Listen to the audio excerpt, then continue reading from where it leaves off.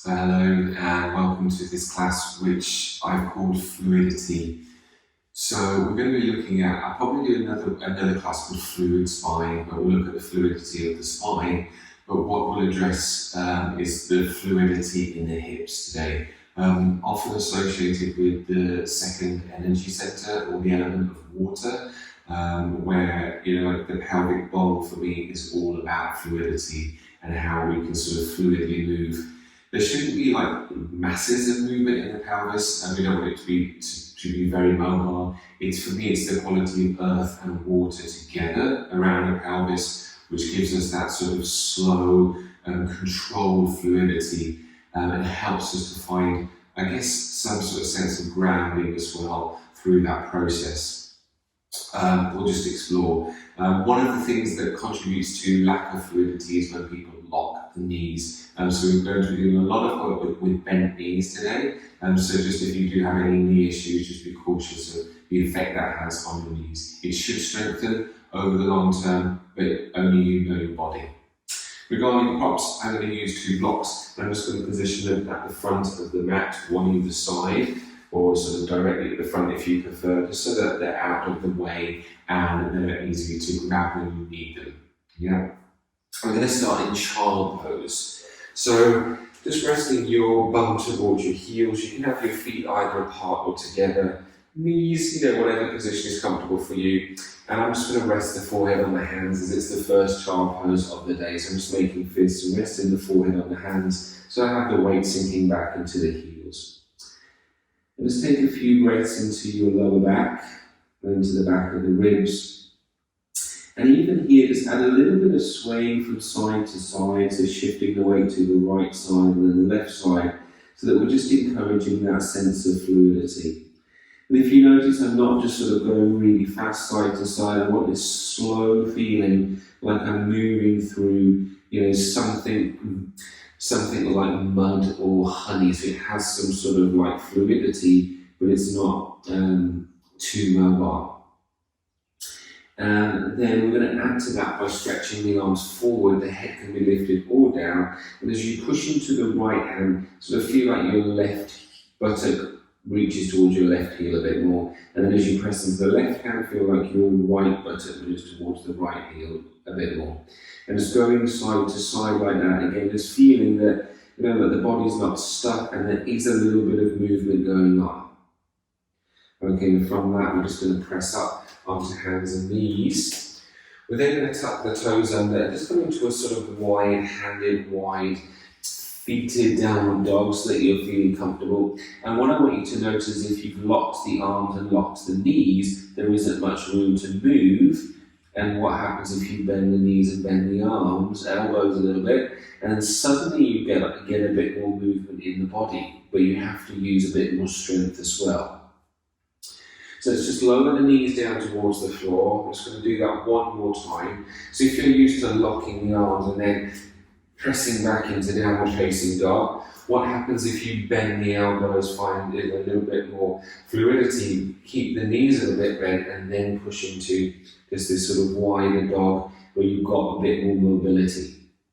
And then walking your feet towards your hands, or your hands towards your feet, or a mixture of both. And then bending the knees, bring the hands to the hips, and just slowly coming up any way you like to stand. So before we do anything else, we're just going to look at how that weight is going into the foot. So we know from previous classes that we have three corners to the feet, base, big toe, little toe, and heel. Yeah? And I'd just like you to stand with your feet together to begin with, and then see what it's like just to sort of bend one knee and push the weight equally into the foot, into the three corners of the foot, and then bend the other. What does that feel like? Can you actually sort of give the weight to the foot? Can you feel the feedback going up into the hip socket on the bent knee? For me, it feels a little bit weird, a bit uncomfortable because the feet are together.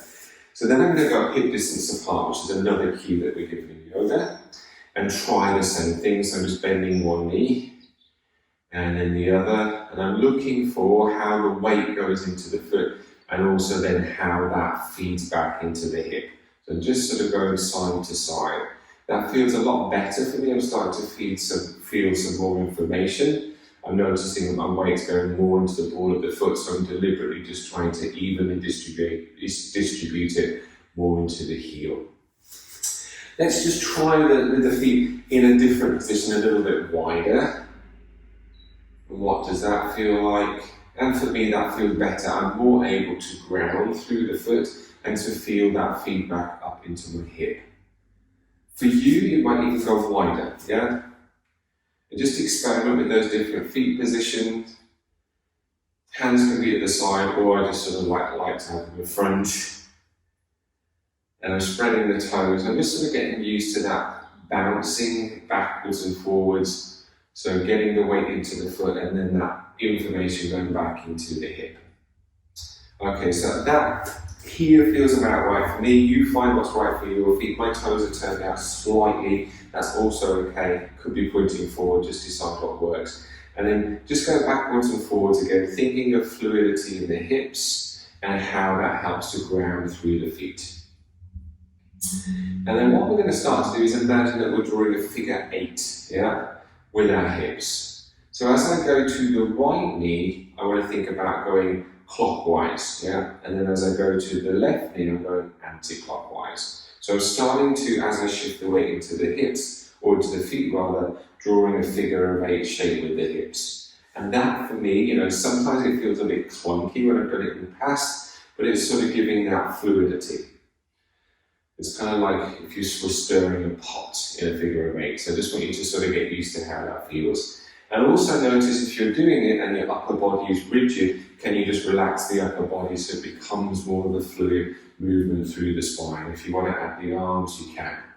And again, sometimes we're not used to having fluidity in yoga postures that, often it's like, we press into this, we push into this. But it's also, this is just another way of practicing. Okay. And then when we've got that, just going to come towards the back of the mat and just going to do a couple of spinal rolls, and we'll readdress that fluidity, that figure of 8 throughout the class in some of those postures. So what I'm looking for again, when most people stand is they lock the knees, so just unlock the knees. As the head drops forward, bend the knees a little bit more, and then just starting to roll down the spine, let the shoulders flop. And just sort of feeling again the fluidity of the spine as the hands come all the way down between the feet. Then allow the head to drop a little bit more, so give the weight to the head, and then with the feet press down and see if you can feed that information back up the legs as you roll up the spine. Try not to lead with the head. Try to sort of feel all the different segments or sections of the spine rolling you up. Shoulders drop down away from the ears. Head rises. Let's do 2 more. So chin drops, knees bend, find that roll down. We're also all the way thinking about how the big toe, little toe, center heel is giving information into the knee joint, up into the thigh bone, into the hip. So it's the pelvis that's sort of rotating over that thigh bone. Go down a little bit in order to press down through the feet to roll the spine back. Let's do 1 more of those. So as the chin drops, bend the knees, feel the weight, big toe, little toe, center heel. So for me, the nose tipping a little bit forward into the ball of the foot, so I just have to shift it back. Rolling down, and then this time just being in your forward fold. And then noticing again that I've not got the feet together. They're pretty wide apart, but just find what works for you. And then notice if you've locked the knees. You can even try locking the knees to see how that feels. And then bend the knees. Fingertips could be on the floor or blocks, or you could hold your elbows. And then just see if you can sort of bend one knee and then the other, like we did when we were standing. The head is dropping down. Can you get the weight from the foot to rebound back into the hip? And if that feels okay, you could start trying to draw those figure of 8 with the hip. Remembering that the knees wanted to be sort of moving in an outer direction, so the right hip goes clockwise or the left hip goes anti-clockwise. And again, there's usually lots of tight spots in there. And then we'll walk the hands out and come onto hands and knees. So again, rather than our regular cat and cow, which seem to be quite sort of like static and almost like one-dimensional, just start to shift the weight into the left hand, then the right hand, then the right knee, and then the left knee. The left hand, the right knee, the left knee. Then start to add a bit of spinal movement there. So you could be side bending, you could be back bending, you could be sort of twisting a little bit, and then changing direction. And at the same time that you're doing this, just noticing, have you locked the elbows? I have. I'm just going to bend them just a little bit. So I was sort of, as I was working with the feet, sending information to the hip, now I'm working with the hands, sending information to the shoulder joints, similar thing.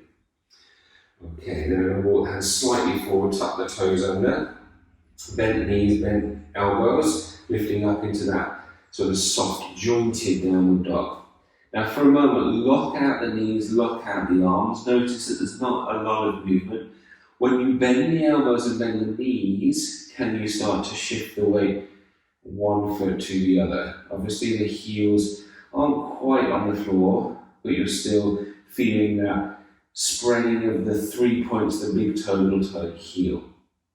And you might even be able to draw a figure of 8 with the hips in downward dog, or just explore what that would feel like or what it would look like, and how the spine would move if you were doing that. Okay, let's just drop the knees towards the floor for a moment, rest in child pose. If you needed to sort of open and close the hands or wiggle the fingers or do a few wrist stretches, if it's putting weight into your hands, that's also fine.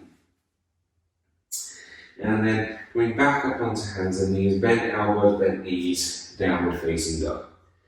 Now if the feet aren't wide, take them as wide as the mat and a little bit closer towards the hands. We're then going to reach the left hand towards the right shin or ankle and twist a little bit to the right, and then bring that left hand down, walk the left foot back a little bit, and then the right elbow right knee towards the left elbow, so twisting in the other direction. Do that once more, so right foot comes down, left foot may come forward, move the feet as you need to, left hand to right shin, twist, and then right knee to left elbow, twist. Good, and then right foot back, and then this time I'm going to step the right foot forward into a lunge. I'm going to use the blocks. I'm just going to grab the blocks, bring them sort of either side of that foot. You don't have to use the blocks, you could be on your fingertips. And then what I want to play with, obviously the right foot, the right knee is bent, but what happens now if we bend the left knee and straighten the right leg? Yeah? And just go from side to side. So as the right knee bends, left leg straightens, and then as the left knee bends, can we straighten the right leg a bit more? And when I say straightening, there's usually a softness to the knee so that we're not locking out. We're just trying to explore, can I get that similar sort of movement going on in the lunge?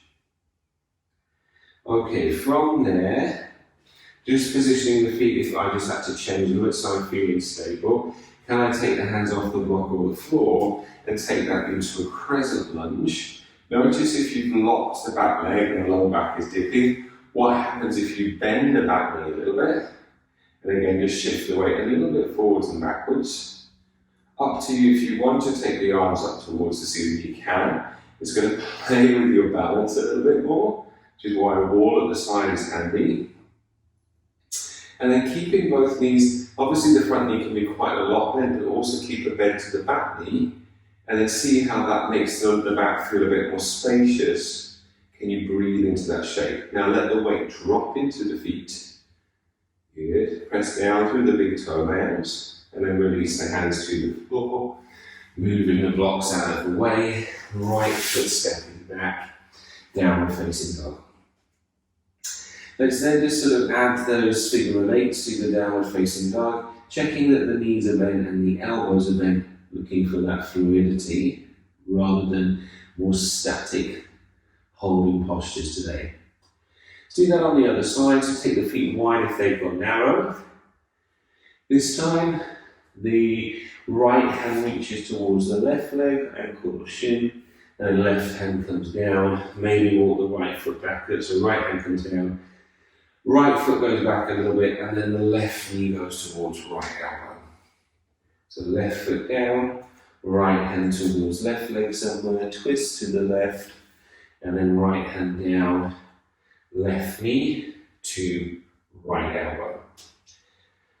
Left foot back, left foot forward. Find your comfortable lunge with the knees lifted, and then grabbing your blocks if you want your blocks, just to give you a little bit more solidity. And often it's easier when we've got more height. So as the left knee bends, back leg straightens. As the back knee bends, the front leg straightens.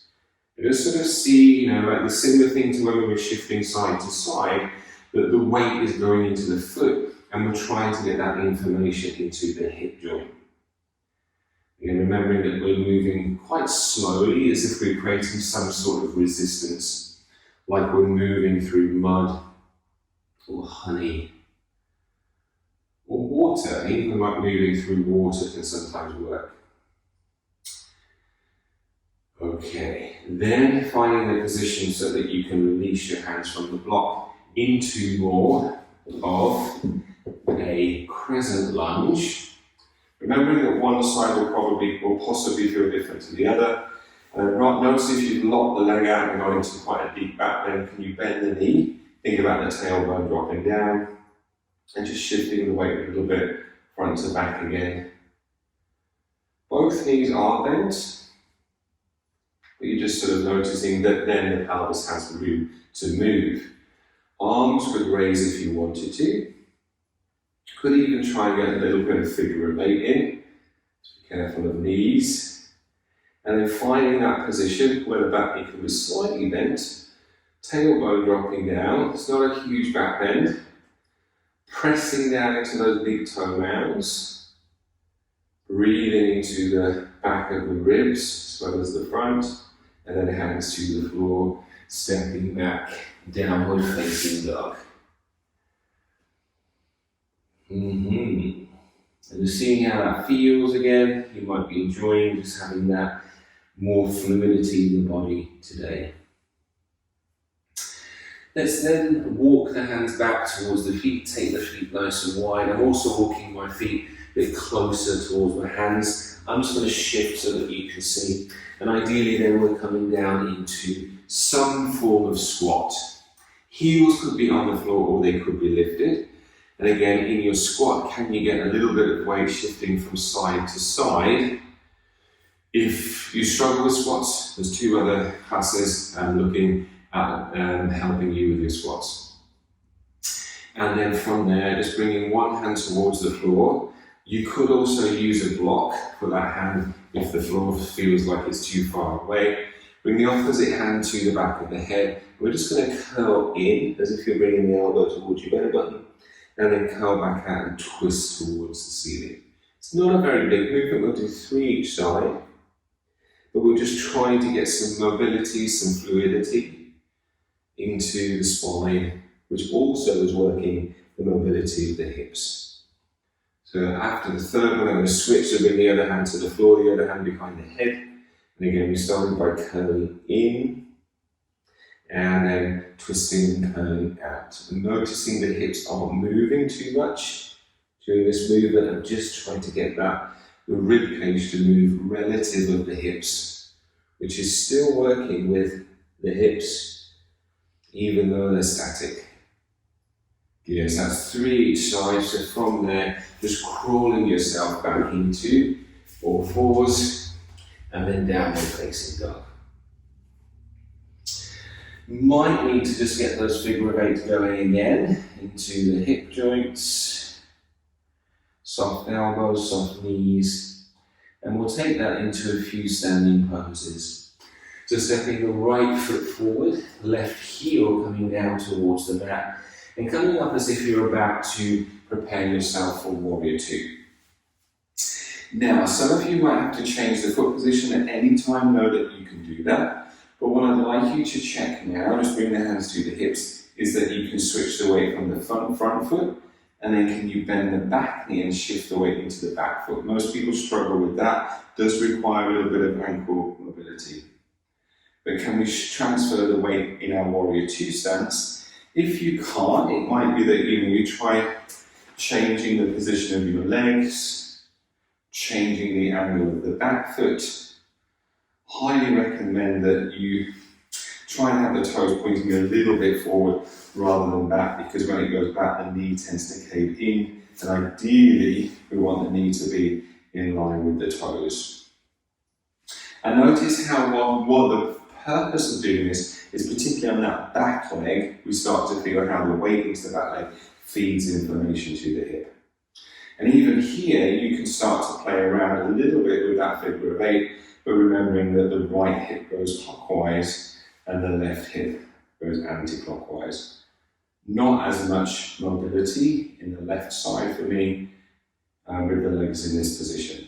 I can still get that fluidity. And then let's try with both knees bent. Obviously the front knee can bend quite a lot, back knee bends less, taking the arms out into Warrior 2. And the palms can be up or down, I'll leave it up to you. And again, if you wanted to, try to straighten the back leg a little bit. Don't just lock it, yeah?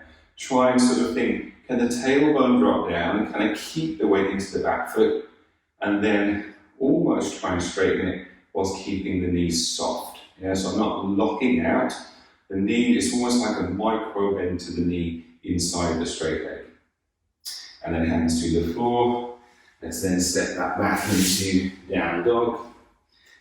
Might start to feel now that the hips are opening, the toes are starting to become a little bit more mobile as well. And then let's try the other side. So the left foot steps forward, the right heel comes down, and then we're coming up into that Warrior 2 like shape. So the front knee is bent. Checking first of all that you can get that back knee to bend, front knee to bend, and you can shift the weight from side to side. Also sort of checking the weight equally, big toe, little toe, heel on the back foot and the front foot. And with the hands on the hips, then have sort of both knees, maybe the front knee's more bent than the back, then we get a little bit of that figure of 8. Now the front leg for me, the left leg is going anti-clockwise still, the right leg goes clockwise. So always the knees moving away from the center rather than towards the center. And then with bent knees, even the back knee bent, so the weight is still going into the foot, the arms reach out, you might have to take the feet wider if that front knee goes too far over. Palms can be up or down, head can look forward or over the left hand. And again, what's it like to have both knees bent so the information is going into the hip, particularly on the back leg, and then working to slowly straighten the back leg, but keeping the knees soft. If you're unsure, you can bend and straighten a little bit and bend. But just playing with how that information in that back foot is feeding into the hip joint. And then hands to the floor, stepping back, downward facing dog. Keeping it fluid, keeping those figure of 8s moving around the hip joint, which should be getting or feeling a bit different now. Let's do the same thing in triangle pose, so right foot forward, left heel comes down, placing one block to the outside of that right foot, and then coming up into triangle, or as if you're about to do triangle. So similar to Warrior 2, can we shift the weight into the back foot? Can we shift the weight into the other back foot and then back into the front foot? So front foot and back foot. There's a similar theme that's going on, but I'm not just sort of bending the legs and pushing, like it's almost like I'm looking for the feedback of the foot. There's something that we call yielding, how the foot yields to the ground and feeds information back to the hip joint. So again, I'm practicing with a micro bend to the front leg, and you could even bend the back leg here and see if you can bring that right hand to the block or to the shin. So in triangle pose, I'm working with almost a straight leg at the front, the back leg is bent. Don't try this in regular yoga classes, the teacher probably will say it's incorrect, but it's not. It's just a way of helping you to get fluidity into the hips. So then what happens if we re-straighten that leg slowly and twist the left shoulder up towards the ceiling? Let's do that a few times. It's like a pulsation. Bending the knee, big toe, little toe, heel, straighten and twist. And when I say straighten, I'm not straightening all the way. I'm keeping a micro bend to that back knee, so I'm feeling more information from that foot to the hip. Tailbone feels like it's reaching towards that back heel as the arm reaches up towards the ceiling, if that's what you want to do. Yeah? Could still work with the hand on the hip if you prefer. And one more breath, and then hands to the floor. Stepping back, downward facing dog. Remember, at any time you could be adding a child pose if you need to rest whilst we're doing the downward dog figure eights. If you wanted to do a vinyasa, you could go into a plank and cobra, or plank and locust, back into dog. Let's do the left foot forward. Place the block to the outside of that left foot, and then right heel to the floor, coming up ready for either warrior two or triangle. Now then just checking, can I bend the knee? Can I get that information from the foot through the bent knee into the hip joint? Could again try a little bit of figure eight. Again, notice that the pelvis can move once we stop locking the knees, or move freer. Yeah? And then we're going to straighten the front leg just a little bit with a micro bend to the knee, but keep the back knee bent today so that the weight's going into the foot, into the hip joint, tailbone is anchoring towards the heel, hand to block or shin.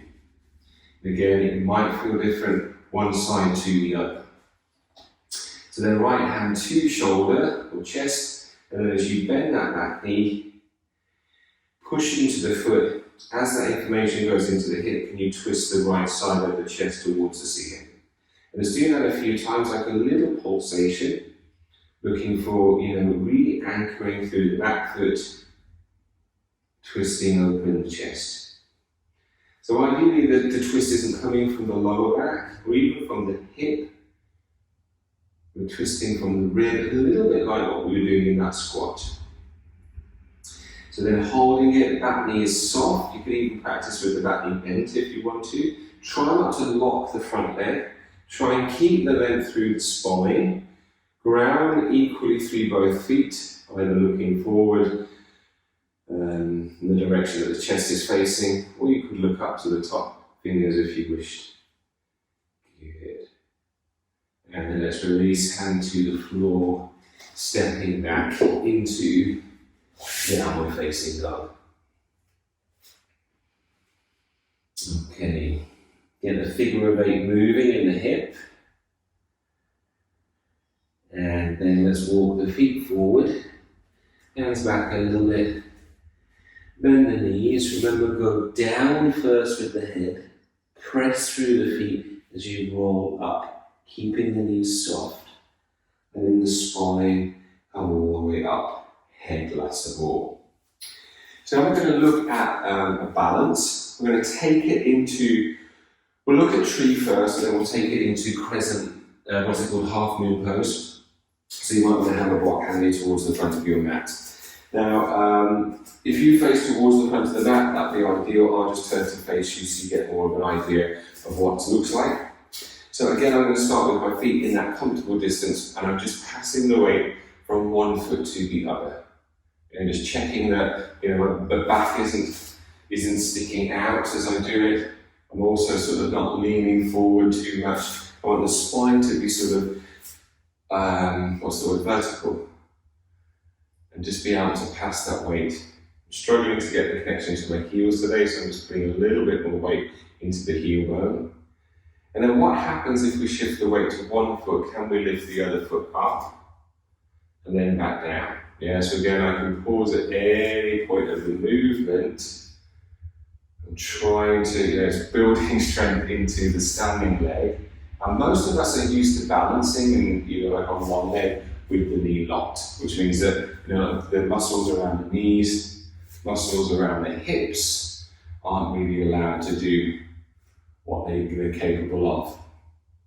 Trying to avoid the knee caving in too much, so you can also think about, that outer figure of 8 movement, the knee moving away from the midline. Okay, and the next time we go to the right side, we're going to lift that left foot up. Yeah. Now we're going to take the left knee forward, still with the right knee bent, and turn the left knee out, and then bring that left foot to the floor. Yeah. Let's try that again. If you need to reposition the legs if it feels funny, that's fine. You're bending the right knee, lift the left knee up. Weight is in that bent knee, right side. Left knee rotates out. Now, taking your left arm back, your right arm forward. So we're going to walk this, yeah? So as the left leg goes back, left arm goes forward, right arm goes back. And just do that a few times. You can add a little twist if you want. But noticing if you're locking out on the standing leg, can you keep the knee bent? Let's do one more, and then we're going to take that into tree. Don't touch the bottom foot. Just turn the knee out, bring the foot to wherever it lands, and bring the hands together. Then can you practice tree, but have the standing knee bent, big toe, little toe, heel, tailbone down, crown lengthens up, maybe the arms reach up. So the bent knee tree, yeah? And then release, foot to the floor, switching sides, yeah? Before we do, just pass the weight into the left foot, lift the right foot up, pass the weight back into the right foot, lift the left leg up, to see if there's any difference between the two. Breathing in and out through the nose. Next time you go to the left foot, right foot lifts, right knee towards the chest, externally rotate the knee, like we're preparing for tree. Yeah? And then bring that foot back down towards the floor. Reposition the feet if you feel unstable. Mainly think about the weight, big toe, little toe, heel. Bend the knee, shift the weight, right knee lifts, right knee out, right arm back, left arm forwards. It's opposite arm and knee. Yeah? Then we're walking it, so as the right foot goes back, right elbow, or arm goes forward, left foot. And all the time we're trying to keep the left knee, the standing knee bent today. I think we did 3 on the other side, much harder for me on the left side. On the third one, as that right knee comes forward, turn it out without using the hands, placing the heel of the foot somewhere resting on that inner side of the left leg, keeping the left knee bent, crown lengthens, tailbone descends, perhaps the arms float. Breathe. And then release, foot to the floor, and then just give the legs a shake. So we're going to repeat that now, but we're going to take it into the half moon. And with the half moon, we're going to practice with the knee bent. So start by shifting the weight, right foot, left foot, right foot, left leg lifts. Then left knee forward, left knee out, right arm forward, left arm back. Walking it once, we'll just do 2 times, twice. And then can we, as the left leg goes back, bring the right hand to the block, which is miles ahead for me, and take that into a variation of half moon.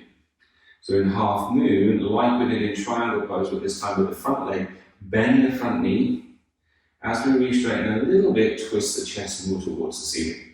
So bend, and then as we work to straighten, notice the knee isn't locked, we're twisting.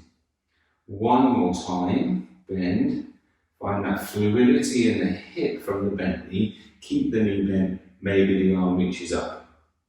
The legs are working strong, and then left foot next to the right foot, take it into a forward fold, switch the block towards the left side of the mat. So in your forward fold, I'm just going to do a few of those figure of 8s, just so that easing the legs back into action. And then as I bend the knees a little bit more, head drops down before I roll up to stand. Similar thing on the left side.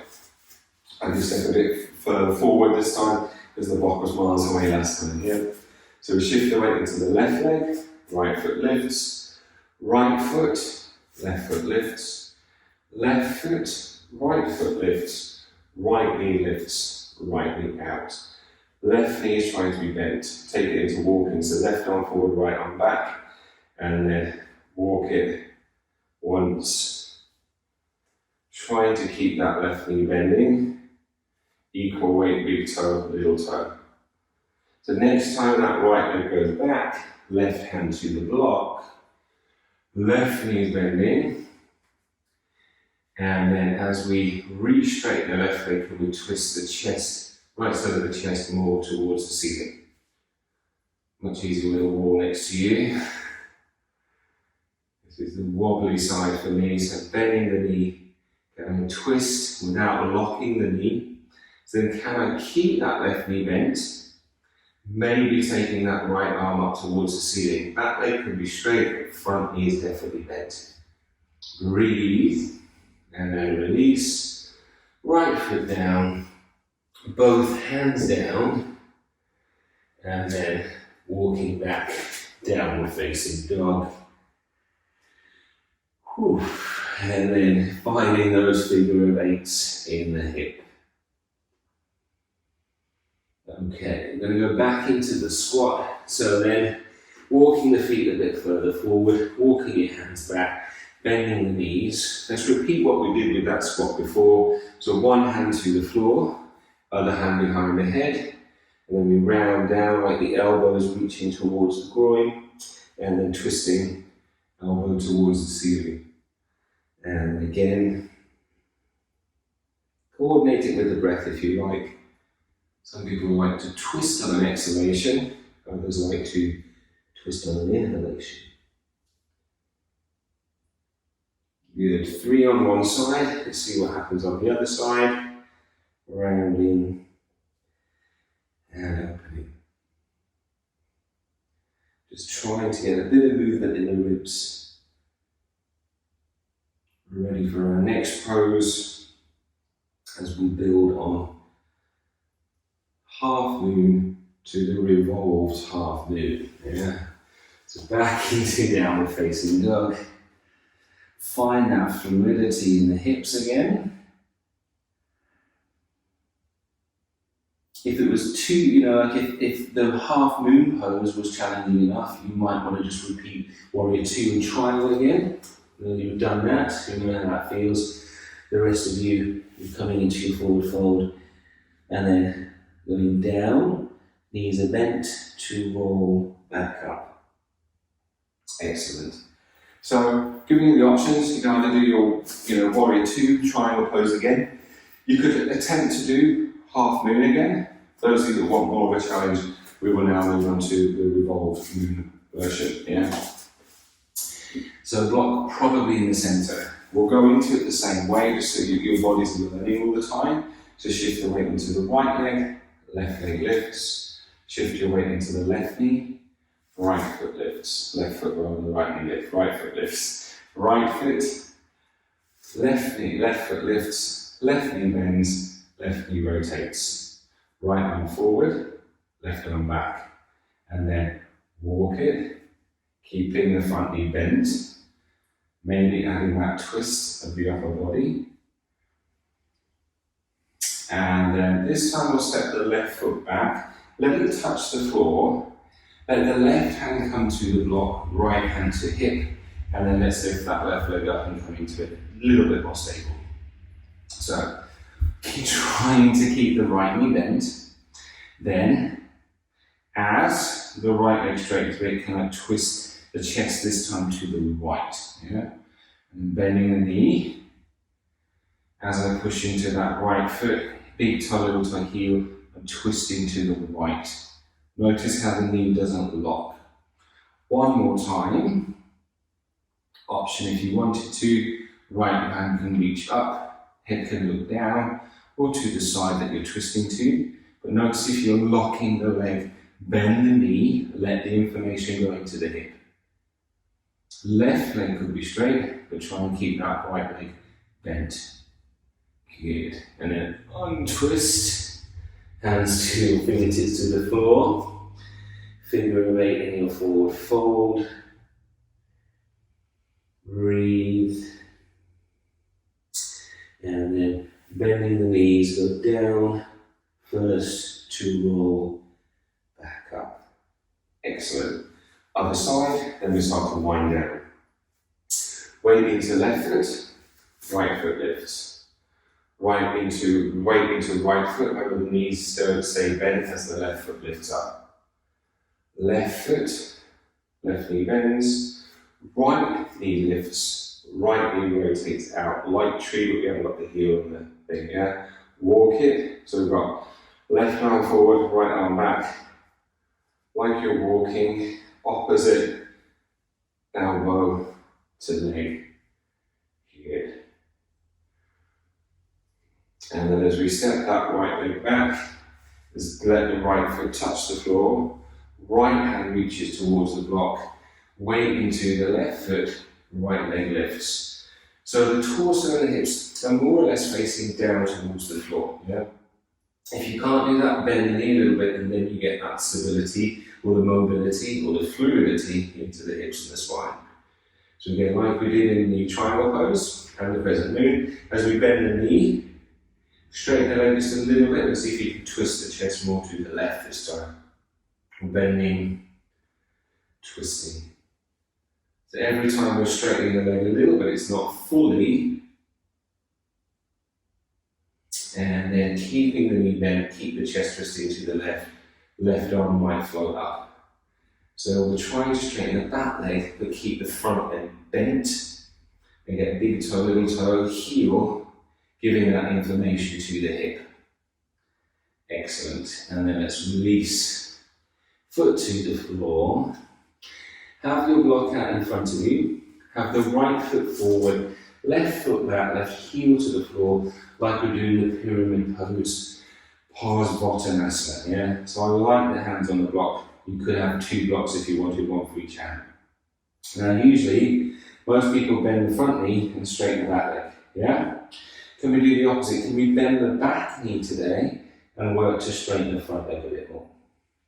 Here's where, and there we use both blocks, is what I want to try and do here with the back knee bent and the front leg, more or less straight with the tiny bend in the knee. Can I then get the belly to lengthen forward, the chest to lengthen forward, and then, perhaps then, I start to fold. So I'm keeping the back knee bent, which is very odd, but it's helping me connect more to what's happening in this front leg. Feeling like I need to press down through the big toe mound. I feel like I'm pulling up from the little toe to the outer hip. The head is dropping down. And play around like how much can you bend at that knee? Does that help you to stretch that front hamstring a little bit more? And also how much you bend the front knee. You know, like it's, for me, it feels like a bent knee in a straight leg. Okay, and then from there, let's step the left foot forward. Let's swap sides so the right foot goes back. Again, Parsvottanasana, pyramid pose. I'm going to take the blocks on the high end. Notice we're probably going to default, back leg is locked, front knee bent. Can we bend the back knee more, ground through big toe, little toe, heel? And we then start to get that left leg to straighten. Good. Breathe. Big toe mound pressing down. I'm feeling like I'm lifting the outer arch, pulling it up into the outer hip, rather than that hip swinging out. Yeah. And then using the blocks, can I get the belly to lengthen forward, the chest to lengthen forward? So I'm allowing the spine to lengthen, having to keep reminding myself to bend that back knee. Pelvis should have more fluidity with that back knee bent. Breathe. And then maybe start to come down a little bit lower. And play around with, like what happens when you bend that back knee. Could even lift the heel if you wanted to a little bit, if you're struggling with the ankle range of mobility. And again, if you've locked the front leg, bend the front knee. See how that changes the sensation and what, the position you can then get the hips to explore. It's not right or wrong, it's just information. And then from there, let's step towards the front of the mat and then position the feet ready to roll up. So bend the knees, drop the head down in order to flow back up to stand. Excellent. Standing on the wide edge of the mat, and let's go into a wide leg forward fold. Notice that, let's start with the toes pointing forward a little bit, but still check that your knee can bend, yeah? And you can shift the weight from side to side. And then from there, just coming forward into a wide leg forward fold. Could have blocks for the hands if you wanted to. And then what happens if you bend the knees? So feeling then that the feet can give that information to the hip, which then probably frees up the spine. And even here, can you sort of like go into that figure of 8 movement with the hips? Not as big as when we're standing, but just making sure that there is that fluidity in the joint space.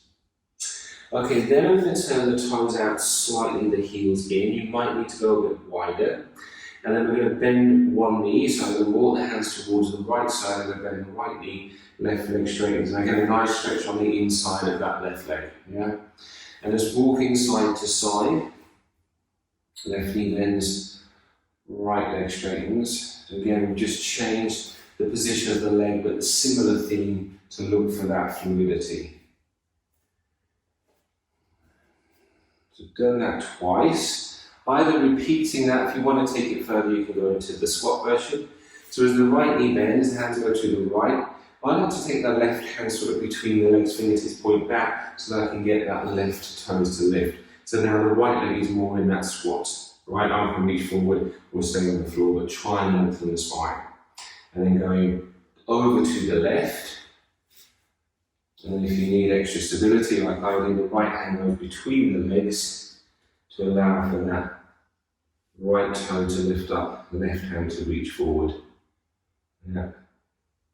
Let's go over to the other side one more time. Left hand back, left toes lift, right hand forward. Your right heel could be lifted, that's fine.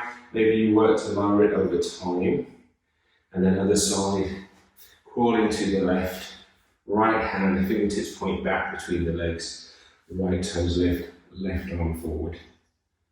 Okay, and then take that back into your forward fold, regular forward fold. Again, noticing then, can you practice the forward fold with the knees bent, and then trying to lift the sit bones up as the head descends down.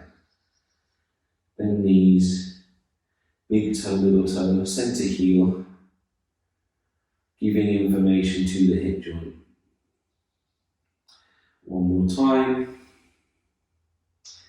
And then let's walk the hands towards the right foot, turn the right foot forward, lift the left heel, take it back into downward facing dog. Check in your downward facing dog, how is that fluidity, how is that figure of 8 in the pelvis? And then dropping the knees down towards the floor, resting the bum towards the heels, noticing if anything feels different in your child pose. For me, the head is a little bit closer to the floor. There's definitely more weight in the hips. I'm glad to be in the child pose. The breath feels a bit fuller around the back of the ribs, the side of the ribs. What feels different for you? How are you experiencing child pose now differently from how you were in it before? And then we're going to crawl the hands forward. I'm going to lie on your belly. You can either have your hands, your forehead resting on the back of the hands, or the forehead resting on the floor. We'll try to avoid the chin on the hands, put the forehead on the hands. You need to just sway the hips a bit side to side after all of that movement in the hips. That's fine. As much as the front rib and the front of the pelvis in contact with the floor. And with the forehead resting, just take a few deep breaths down into the belly. Thinking of breathing into your lower ribs. So can you feel the movement around the side of the lower ribs, the back of the lower ribs?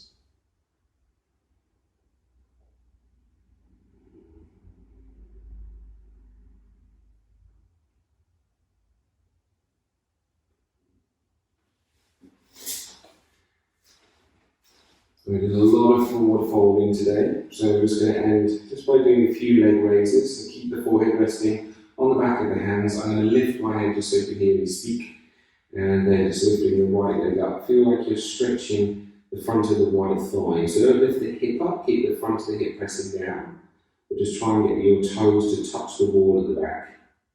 And then lower that right leg back down. Do the same on the left side, so lifting the left foot up, left thigh up, keep the head resting. Keep the left hip in contact with the floor. Try and lift the thigh and then try and touch the wall at the back with your toes. But you're making length through the front of that hip space and lower it back down. Do one more each side. Right leg lifting, right leg going long, and then back down. Left leg lifting, left foot, front of left thigh getting really long now, and then back down. Then just to end, then lift both legs up, and then back down.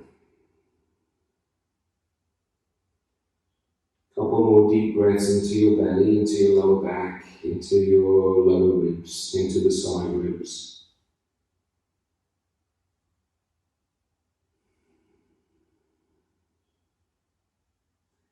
And without too much effort, you're then going to roll onto your back, just for a brief relaxation. If you wanted to, you could take a relaxation with your knees bent, feet on the floor, or you can stretch the legs out, palms face upwards or inwards, legs about as wide as the mat. You want to just sort of shuffle your hips a bit, and lift one buttock up and then the other, just to sort of get that place where both of your buttocks relax. There's a spreading and unwinding. Check position of the head, so you don't want the chin to be pointing too high up and the bow back to be lifted too far away from the floor. So you can tuck the chin in and have the back of the skull resting towards the floor. Use the floor to slide the back of the skull away from the top of the shoulders.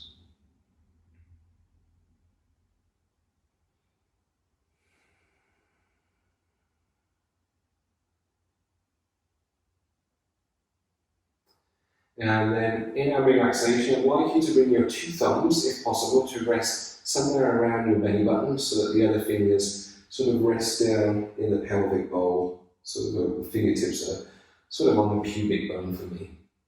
Elbows rest on the floor. If your elbows can't rest on the floor, you could bring the blocks underneath your elbows so at least then the shoulders can relax.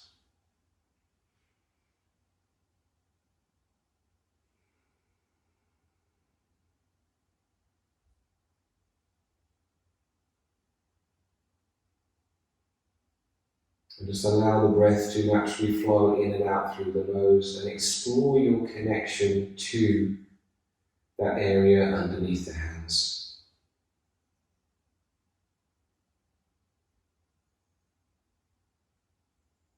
So in some traditions, our center of gravity, our center of power, our center of self lies in the pelvic bowl.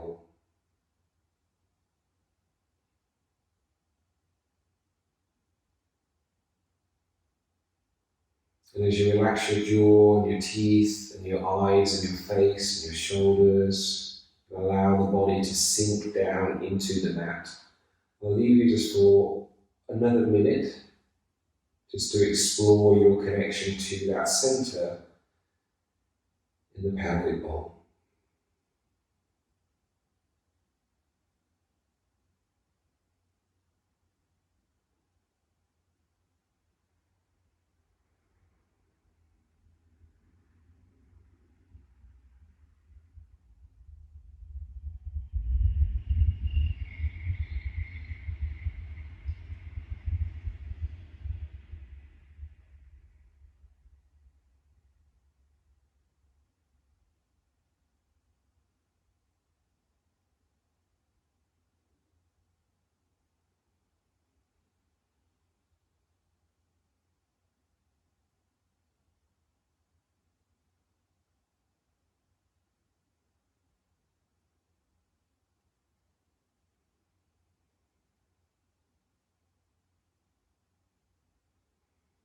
If you'd like to stay here longer, you're welcome to stay here for longer. If not, just letting the hands release from that area. Find some familiar movements in your fingers and your toes. And stretch the arms above the head. And as you stretch the body long, feel as if everything is contracting and lengthening at the same time. So it's like a big whole body yawn. And then release. Bend the knees, bring the soles of the feet to the floor. We're going to roll over to one side. Use your hands or elbows to push yourself gently back up to a seated position where you can sit cross-legged or sit on a bolster or a block, and just for a moment rest the hands on the knees or the thighs. And very subtly, won't be much movement, to see if you can get a little bit of that figure of 8 going in the pelvis. So for me it's very small. It might be that if somebody was to look at you, they might not even know that you were moving the pelvis in that way. And as you continue to get that figure of 8 in the pelvis, can you get the spine to grow a little bit longer? Not the chin, the crown of the head lengthens up, the shoulders soften down. And then with equal weight in both sit bones, let that movement come to a close. Feel the weight sink down through both sit bones, like as if the sit bone is now your foot. Yeah, so as the weight goes into the sit bone, feel the rebound of the information coming up through the spine, through the crown of the head. And the spine is fluid. And it's like, 26 knee joints all in one. So there's a softening and a lengthening and a yielding. From that, and to that place, let's bring the two palms together and bow the chin to the chest and give gratitude for ourselves, thanks to ourselves for practicing as the eyes softly open, and in the class, we're thanking you for that time to connect to that fluid body. And just notice the effects as you go around your everyday life. I can notice what you're locking, where you're holding tension, and can you have a little bit more fluidity to your step, to your hips, to your spine throughout the rest of the day. So I look forward to seeing you again very soon.